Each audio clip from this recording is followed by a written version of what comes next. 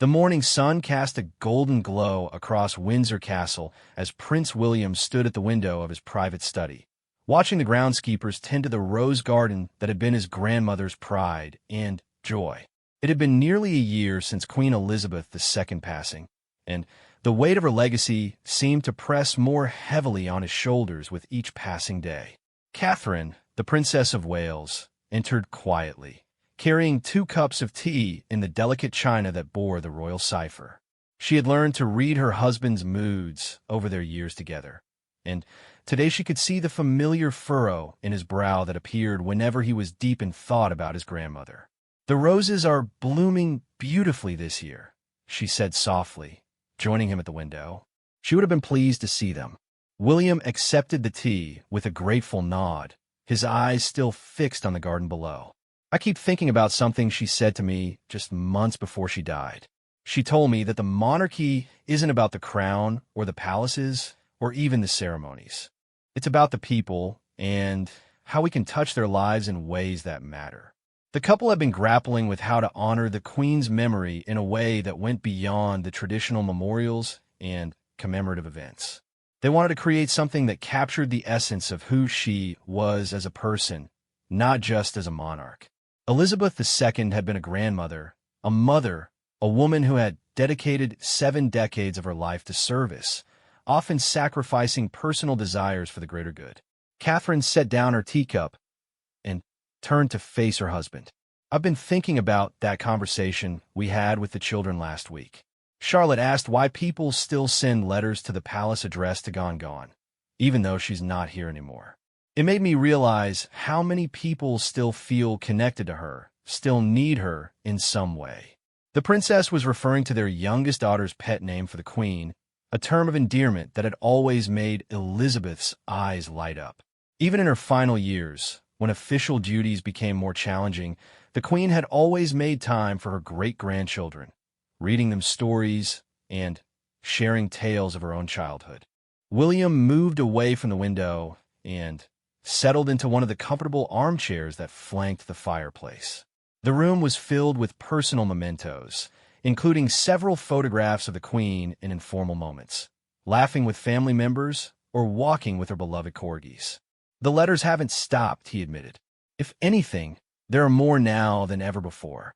People writing to thank her for her service, sharing stories about how she inspired them, asking for guidance on everything from family problems to career decisions. It's as if they still see her as a source of wisdom and comfort." Catherine's eyes brightened with an idea that had been forming in her mind for weeks. What if we found a way to answer those letters? Not literally, of course, but what if we created something that honored the spirit of how she would have responded? She always said that listening to people was one of the most important parts of her role. The idea was both simple and profound. The Queen had been known for her genuine interest in the lives of ordinary people. During her many walkabouts and public engagements, she had a remarkable ability to make each person she met feel seen and heard, even if their conversation lasted only a few moments. William set down his teacup and leaned forward, intrigued by his wife's suggestion. "Go on," he encouraged. "Remember the story your father told us about the time the Queen received a letter from a young girl whose father was serving overseas?" Catherine continued. Instead of having someone from the office send a standard reply, she personally wrote back and even arranged for a care package to be sent to the girl's family. That's the kind of personal touch that people remember. The story Catherine referenced had become something of a family legend. A 7-year-old girl had written to the Queen during the Falklands War, worried about her father who was serving with the Royal Navy. Not only had Elizabeth written back personally, but she had also ensured that the girl received regular updates about her father's welfare and had arranged for the family to visit the palace once the conflict was over. She never forgot that people's lives continue even when the cameras stop rolling, William reflected. Every person she met had a story, had struggles and joys that mattered to her. She understood that being queen meant being present for people in their ordinary moments, not just the extraordinary ones. As the couple continued their conversation, they began to envision something unprecedented in royal history. Instead of another statue or building named in the Queen's honor, They wanted to create a living memorial that would embody her values of service, compassion, and genuine connection with people from all walks of life. The concept was ambitious and would require careful planning, but it felt right in a way that traditional memorials had not. They imagined a program that would reach out to communities across the United Kingdom and the Commonwealth, focusing particularly on those who had been touched by the Queen's life in some way. "We could start with the letters," Catherine suggested. "Not just the ones that come to the palace, but actively seeking out stories from people whose lives were changed by meeting her, or even just by her example. There are thousands of people out there who have stories to tell." William nodded enthusiastically. "And then we could find ways to continue her work in those communities. She always said that the best way to honor the past is to build a better future." The conversation continued late into the afternoon, with both William and Catherine becoming increasingly excited about the possibilities. They discussed reaching out to charities and organizations that the Queen had supported, gathering stories from people who had worked with her over the decades, and finding ways to amplify the voices of those who might otherwise go unheard. As the sun began to set over Windsor Castle, casting long shadows across the very rooms where the Queen had lived and worked for so many years, the couple felt they were onto something significant. This wouldn't be a memorial that people would visit once and forget. It would be an ongoing tribute that would grow and evolve, touching new lives and creating new stories while honoring the memory of a woman who had dedicated her entire life to serving others. The project would require months of planning and coordination, but William and Catherine knew they had found the right way to honor the Queen's exceptional life. It would be a celebration not just of what she had accomplished, but of the values she had embodied and the example she had set for future generations. 3 weeks after their conversation at Windsor Castle, William and Catherine found themselves in a bustling community center in Manchester, far removed from the grandeur of royal palaces. They had come here not for a formal royal engagement, but on a private mission to understand how the Queen's legacy lived on in the everyday lives of ordinary people. The Duchess of Cambridge sat across from Margaret Thompson, an 80-year-old woman whose weathered hands held a faded photograph of herself as a young nurse standing beside the Queen during a hospital visit in 1977. Margaret's eyes sparkled with a memory as she recounted the story that had shaped her entire career in healthcare. "I was just 22 then, fresh out of nursing school and terrified of making a mistake," Margaret began, her voice carrying the warmth of someone who had spent decades caring for others. "The Queen was visiting our ward, and I was assigned to show her around. I was so nervous I could barely speak." Catherine leaned forward, genuinely interested in every detail.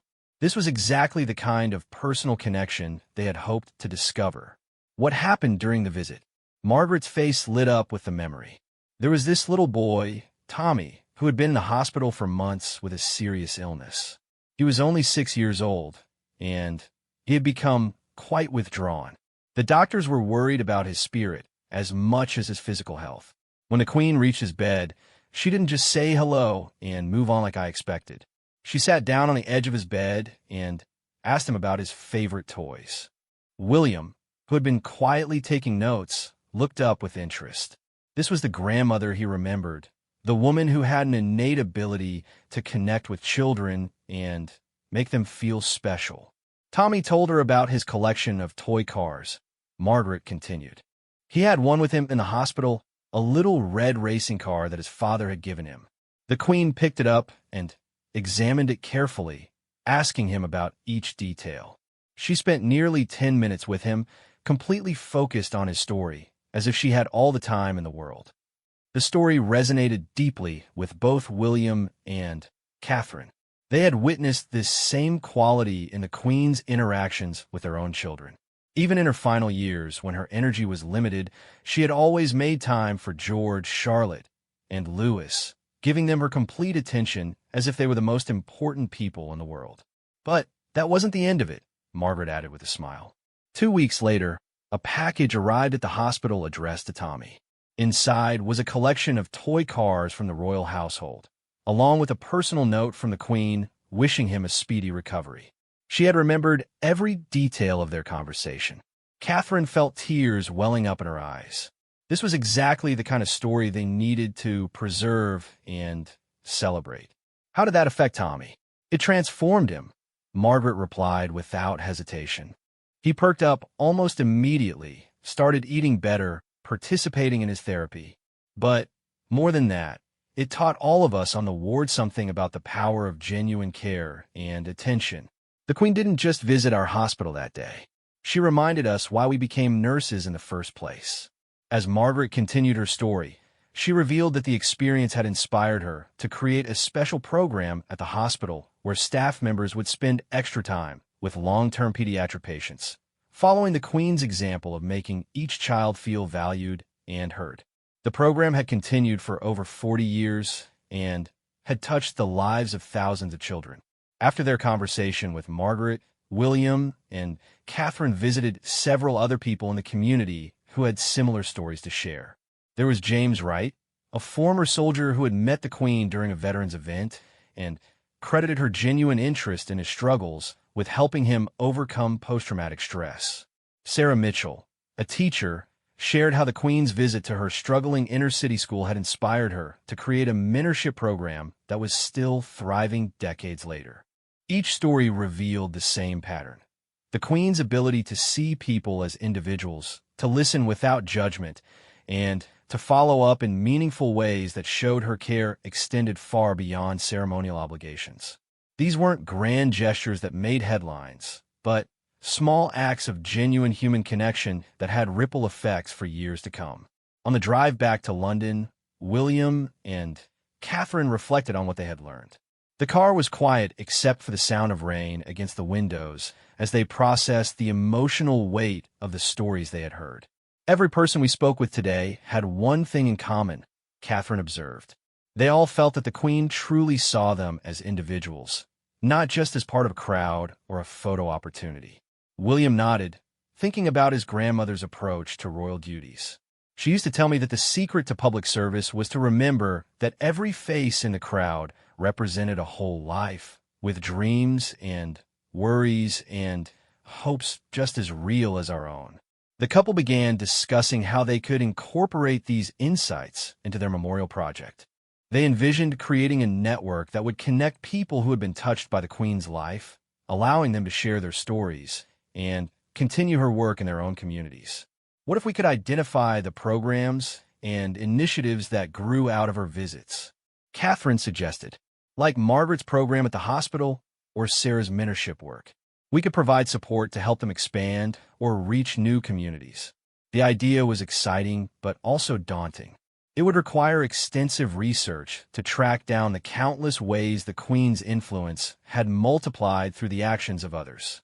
They would need to work with historians, community organizations, and local governments to map out the full scope of her impact. We should also think about the Commonwealth connections, William added. Some of the most powerful stories might come from her visits to other countries, where a single conversation or gesture might have inspired changes that affected entire communities. As their car pulled into the gates of Kensington Palace, both William and Catherine felt energized by the day's discoveries. They had confirmed their instinct that the most meaningful way to honor the Queen was not through monuments or ceremonies, but through continuing the work she had inspired in others. That evening, they called a meeting with their senior staff to begin planning the next phase of their research. They would need to reach out to royal archives, local historians, and community organizations across the UK and the Commonwealth to gather stories and identify ongoing projects that could be supported or expanded. The project was becoming more complex than they had initially imagined, but also more meaningful. They were beginning to understand that the Queen's true legacy wasn't just in the official records of her reign, but in the thousands of small moments of human connection that had inspired others to serve their communities with the same dedication and compassion she had shown throughout her remarkable life. The ancient oak table in the blue drawing room at Buckingham Palace was covered with photographs, letters, and documents that told the story of a lifetime of service. William and Catherine had spent weeks collecting materials from the royal archives, working with historians and former palace staff to piece together the fuller picture of the Queen's impact on individual lives. Lady Susan Hussey, who had served as the Queen's lady-in-waiting for over 60 years, sat across from the couple, her silver hair gleaming in the afternoon sunlight that streamed through the tall windows. In her hands, she held a leather-bound journal that contained detailed notes about the Queen's private acts of kindness, the ones that never made it into official records. Her Majesty kept her own private correspondence, Lady Susan explained, opening the journal to reveal pages covered in the Queen's distinctive handwriting. These are the letters she insisted on writing personally, without any staff involvement. She felt that certain situations required a human touch that couldn't be delegated. Catherine studied the pages with fascination. The entries revealed a side of the Queen that the public rarely saw, a woman who took personal responsibility for following up on the people she met during official engagements. There were notes about checking on the welfare of families going through difficult times, arrangements for educational scholarships for promising young people from disadvantaged backgrounds, and quiet interventions to help individuals navigate bureaucratic challenges. Look at this entry from 1983. Lady Susan pointed to a particular page. There was a young mother from Wales who approached Her Majesty during a walkabout. She was struggling with a disabled child and felt completely overwhelmed by the system. The Queen not only listened to her concerns, but spent months working behind the scenes to ensure the family received the support they needed. William read over his wife's shoulder, recognizing his grandmother's determination to solve problems rather than simply acknowledge them. "She never mentioned any of this to us," he said quietly. "That was her way," Lady Susan replied with a gentle smile. She believed that true service should be done without fanfare or recognition. She often said that the moment you start doing good work for praise, it stops being good work and becomes performance. The conversation continued as Lady Susan shared story after story from the journal. There was the elderly war veteran who had written to thank the Queen for her D-Day commemorations, only to receive not just a reply, but an invitation to a private tea where she listened to his war stories for hours. There was the young immigrant family who had struggled to find their place in British society until the Queen's personal intervention helped the father find employment and the children secure places in good schools. Each entry in the journal represented not just an act of kindness, but a philosophical approach to leadership that prioritized individual human dignity over institutional protocol. The Queen had understood that her role gave her unique power to open doors and solve problems, and she had used that power quietly and consistently throughout her reign. The most remarkable thing, Lady Susan continued, was how she remembered everyone. Even years later, she would ask about people she had met only briefly. She had this incredible ability to hold thousands of personal stories in her memory and to follow up on them at appropriate moments. Catherine thought about her own experiences with royal engagements, how challenging it could be to remember names and faces from brief encounters. The Queen's capacity for personal connection suddenly seemed even more extraordinary than she had previously realized. Did she ever talk about why this was so important to her? William asked. Lady Susan closed the journal and looked thoughtfully out the window toward the palace gardens. She once told me that she had been given extraordinary privilege and opportunity, and that the only way to justify that was to use it in service of others. She said that every person who took the time to meet her, to share their story or their concerns, was giving her a gift of trust. She felt obligated to honor that trust. The weight of this philosophy settled over William and Catherine as they realized they were looking at a blueprint for meaningful royal service. The Queen hadn't just attended events and shaken hands. She had built and maintained a vast network of personal connections that had enriched lives across multiple generations. As the afternoon progressed, they were joined by other former staff members who had witnessed the Queen's private acts of service. Her former private secretary shared stories about the elaborate arrangements she would make to ensure that people facing personal crises received appropriate support. A longtime equerry recalled how she would often extend her scheduled visits to spend extra time with individuals who seemed particularly in need of encouragement or assistance. The public saw the state dinners and the ceremonial events, the private secretary explained, but we saw the hours she spent writing personal letters, making phone calls to check on people's welfare, and using her influence to solve problems that others couldn't tackle. The pattern that emerged from these conversations was clear. The Queen had viewed her role not as a figurehead or symbol, but as an active force for good in people's lives. She had used every tool at her disposal, from formal influence to personal warmth, to create positive change in the world around her. "This is what we need to continue," Catherine said as the meeting drew to a close. "Not the ceremonies or the formalities, but this approach to genuine service." William nodded, feeling inspired by the depth of his grandmother's commitment. The challenge is figuring out how to scale this kind of personal attention. She was one person who somehow managed to maintain thousands of individual relationships. How do we honor that without diminishing its authenticity? The question sparked an animated discussion about the possibilities for their memorial project. They began to envision a program that would train others in the Queen's approach to service, creating a network of people who could carry forward her methods of genuine listening, thoughtful follow-up, and practical problem-solving. Lady Susan offered a suggestion that would prove crucial to their planning. Perhaps the key isn't to replicate what she did, but to inspire others to develop their own capacity for this kind of service. She often said that the goal of leadership should be to create more leaders, not more followers. As the day ended and the various advisors departed, William and Catherine remained in the drawing room, surrounded by the evidence of a lifetime of quiet service. They felt both humbled by the scope of what they had discovered and energized by the possibilities for carrying it forward. "We're not just planning a memorial," Catherine reflected as they gathered up the documents and photographs. "We're trying to continue a way of life, a philosophy of service that could transform how people think about their responsibilities to each other." The project was evolving beyond their initial conception into something more ambitious and more meaningful.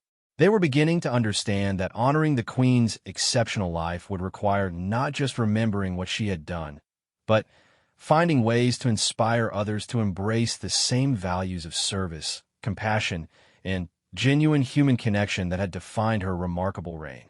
The small conference room at St. James's Palace buzzed with an energy that William and Catherine had rarely experienced during their years of royal duties. Around the table sat an unlikely group of collaborators, community organizers, charity directors, former royal staff, and individuals whose lives have been touched by the Queen's personal intervention over the decades. At the head of the table, Margaret Thompson from Manchester sat beside Dr. Raj Patel, a physician who had met the Queen during a hospital visit in 1995 and had since created a groundbreaking program for treating trauma in refugee populations. Next to them was Sister Mary Catherine, a nun who had worked with homeless populations after being inspired by the Queen's visit to her shelter, and David Williams, a former coal miner whose encounter with the Queen had led him to establish an educational foundation in his Welsh community. "What strikes me about all your stories," Catherine observed as she listened to the group share their experiences, "is how the Queen's influence continued to grow through your work long after your initial meeting with her. You've all created something lasting that extends her impact far beyond what she could have achieved alone." Margaret nodded enthusiastically. "That's exactly it, Your Royal Highness. She didn't just visit our hospital that day in 1977. She planted a seed that grew into our pediatric care program, which has now helped thousands of children over 4 decades." Dr. Patel leaned forward, his eyes bright with passion for his work. "When I met Her Majesty, I was a young doctor struggling to understand how to help patients who had experienced unimaginable trauma. She spent 20 minutes with me discussing not medical procedures, but the importance of listening with your whole heart. That conversation changed how I practice medicine." The group had been brought together as part of William and Catherine's expanding research into the Queen's legacy. What they had discovered was a network of people whose lives had been fundamentally altered by brief encounters with a monarch, who had then gone on to touch countless other lives through their inspired work. Sister Mary Catherine shared her story of meeting the Queen during a visit to her homeless shelter in London's East End. I expected a brief visit, perhaps a photo opportunity. Instead, she spent 2 hours talking with our residents, learning their stories, understanding their struggles. But what impressed me most was that she didn't treat them as problems to be solved, but as people with wisdom and dignity. How did that change your approach? William asked, genuinely curious about the practical impact of his grandmother's philosophy. It taught me that effective service requires genuine relationship, the nun replied. I stopped thinking about our residents as people who needed fixing and started seeing them as partners in creating solutions. That shift in perspective transformed our entire program. Instead of just providing temporary shelter, we began focusing on long-term empowerment and community building. The conversation continued as each member of the group described how their work had evolved and expanded over the years. David Williams had used his inspiration from meeting the Queen to establish a scholarship program that had sent over 200 young people from his mining community to university. Dr. Patel's trauma treatment program had been replicated in 12 countries. Margaret's pediatric care initiative had influenced hospital policies across the National Health Service. The remarkable thing, Catherine observed, is that none of you set out to create these large programs. They grew organically from your commitment to serving others the way the Queen served you. This insight was crucial to the developing memorial project. William and Catherine were beginning to understand that the most effective way to honor the Queen wasn't to create a single large initiative, but to inspire and support many smaller efforts that could grow and multiply over time. What if we could connect all of these efforts? William suggested, not to centralize them or control them, but to help them learn from each other and potentially collaborate where it makes sense. The idea energized the group. They began discussing how the various programs could share resources, expertise, and inspiration. Margaret's pediatric care model could inform Dr. Patel's work with refugee children.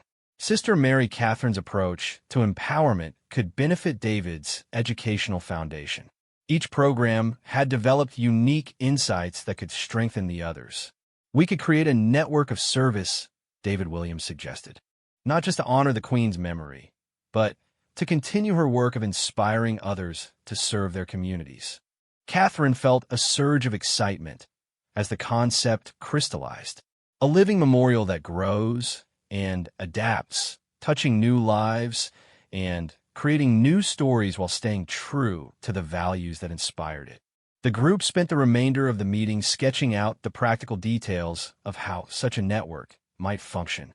They discussed the need for regular gatherings where participants could share experiences and learn from each other.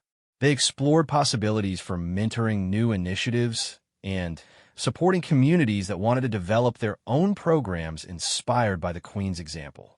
The key, Dr. Patel emphasized, is maintaining the personal touch that made Her Majesty's service so effective. We can't let this become bureaucratic or impersonal. Everyone around the table nodded in agreement. They had all experienced firsthand the power of genuine human connection, and they understood that any tribute to the Queen would need to preserve and celebrate that quality.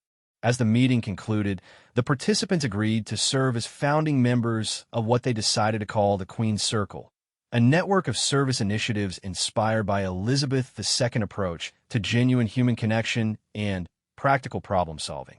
They would spend the coming months developing a structure that could support existing programs while inspiring new ones. "This feels right," Margaret said as the group prepared to leave. "It's not about building monuments to the past, but about creating a future that honors her values." William and Catherine remained behind to debrief from the meeting. They were both moved by the enthusiasm and wisdom of the group and excited by the potential of what they were creating together. "I think we found our answer," Catherine said, gathering up the notes from the session. "This isn't just a memorial project anymore. It's a movement." The Prince of Wales nodded, feeling a deep sense of satisfaction that they had discovered a way to honor his grandmother that was worthy of her extraordinary life. She would have loved this meeting, he reflected. a room full of people sharing ideas about how to serve others better. That was always what energized her most. As they prepared to leave St. James's Palace, both William and Catherine felt they were on the verge of something significant. The Queen's Circle represented more than just a memorial. It was a philosophy of service that could continue to inspire and transform lives for generations to come. They had found a way to ensure that Elizabeth II's exceptional life would continue to make a difference in the world, not through statues or buildings, but through the ongoing commitment of people who shared her dedication to serving others with genuine care and compassion. The autumn morning was crisp and bright as hundreds of people gathered in the gardens of Buckingham Palace for the official launch of the Queen's Circle. William and Catherine stood together on the steps of the palace, looking out at a crowd that represented the extraordinary diversity of lives that had been touched by Queen Elizabeth II's service over 7 decades. In the front rows sat the founding members of the Queen's Circle, including Margaret Thompson, Dr. Raj Patel, Sister Mary Catherine, and David Williams. Behind them were representatives from communities across the United Kingdom and the Commonwealth who had come to share their own stories and to commit to continuing the Queen's legacy of service. Today we gather not to mourn what we have lost, William began his address, his voice carrying clearly across the assembled crowd, but to celebrate what continues to live and grow through each of you. My grandmother's greatest achievement was not any single act of service, but the way she inspired others to serve their communities with the same dedication and compassion that defined her remarkable life. Catherine stepped forward to continue the presentation, her warmth evident as she smiled at the familiar faces in the crowd. Over the past months, we have discovered something extraordinary. The Queen's legacy is not contained in palaces or archives, but in the hearts and actions of thousands of people who were inspired by her example to create positive change in their own communities. The ceremony that followed was unlike any royal event in recent memory. Instead of formal speeches and ceremonial protocols, it featured a series of storytelling sessions where people shared how their encounters with the Queen had changed their lives and inspired their service to others. Thomas Anderson, a teacher from Scotland, told the crowd about meeting the Queen during a school visit in 1989. Her genuine interest in a student's projects had inspired him to create an innovative science program that had since been adopted by schools throughout the country. She taught me that real education happens when you believe in every child's potential, he said, his voice filled with emotion. From Australia came the story of Dr. Sarah Chun, whose brief conversation with the Queen during a medical conference had inspired her to develop a telemedicine program that now serves remote Aboriginal communities across the continent. She asked me about the challenges of providing health care to isolated populations, Dr. Chun explained via video link. Her questions showed me that she understood the human cost of inequality, and she challenged me to find solutions. Each story revealed the same pattern. A moment of genuine connection with the Queen that had sparked years or even decades of dedicated service to others. The cumulative effect was overwhelming, painting a picture of a legacy that had multiplied exponentially through the actions of inspired individuals. What we're witnessing today, Catherine observed as the storytelling session concluded, is proof that the most powerful memorials are not made of stone or bronze, but of human commitment and compassion. The formal launch of the Queen's Circle included the announcement of several practical initiatives designed to support and expand the network of service inspired by the Queen's example. A grant program would provide funding for community projects that embodied her values of genuine connection and practical problem solving. A mentorship network would connect experienced service providers with newcomers seeking guidance. An annual gathering would bring members together to share experiences and develop new collaborations. Perhaps most importantly, the Queen's Circle would maintain a living archive of stories about the Queen's impact on individual lives, ensuring that future generations would understand not just the historical facts of her reign, but the human legacy of her approach to service. Lady Susan Hussey, now in her 80s but still sharp and engaged, served as the project's honorary chair. She had donated the Queen's private correspondence journal to the archive, ensuring that the most personal examples of the monarch service would be preserved and studied. Her Majesty always said that the goal of privilege is to expand opportunity for others, Lady Susan told the crowd during her remarks. The Queen's circle embodies that principle perfectly. It takes the privilege of having been touched by her example and transforms it into opportunities for countless others to experience the same kind of meaningful service. As the official ceremony concluded, the real work of the Queen's Circle began. Members broke into smaller groups to discuss specific projects and collaborations. Margaret Thompson found herself in deep conversation with educators about adapting her pediatric care model for use in schools. Dr. Patel was surrounded by healthcare workers eager to learn about trauma-informed care. Sister Mary Catherine was sharing her empowerment strategies with social workers from across the Commonwealth.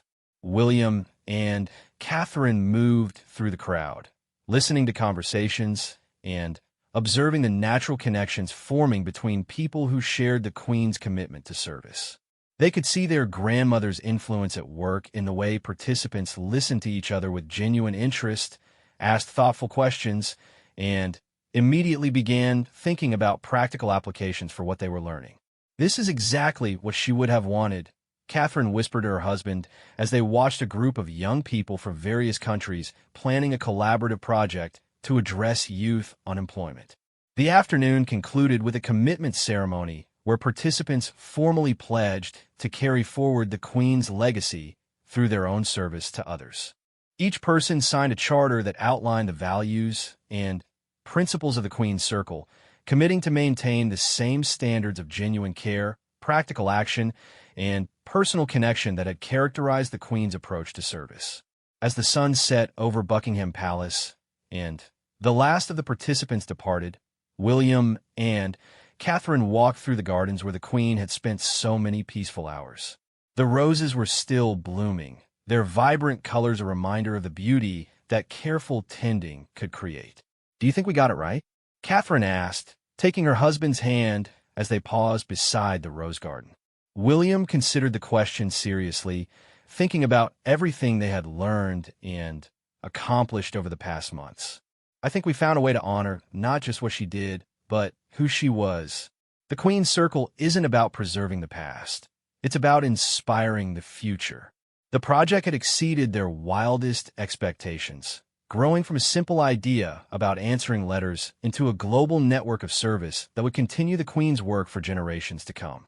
More importantly, it had revealed the true scope of Elizabeth II's legacy, showing how her example had inspired countless acts of service that would have a lasting impact on communities around the world. As they walked back toward the palace, both William and Catherine felt a deep sense of satisfaction and gratitude. They had succeeded in creating something worthy of the Queen's exceptional life, a living memorial that would continue to grow and inspire others to serve their communities with the same dedication and compassion that had defined her remarkable reign. The Queen's legacy would live on not in monuments of stone, but in the countless acts of service performed by people who had been inspired by her example to make their own communities better places to live. In honoring her exceptional life, they had created something that would ensure her values and her approach to service would continue to touch lives and create positive change for generations to come.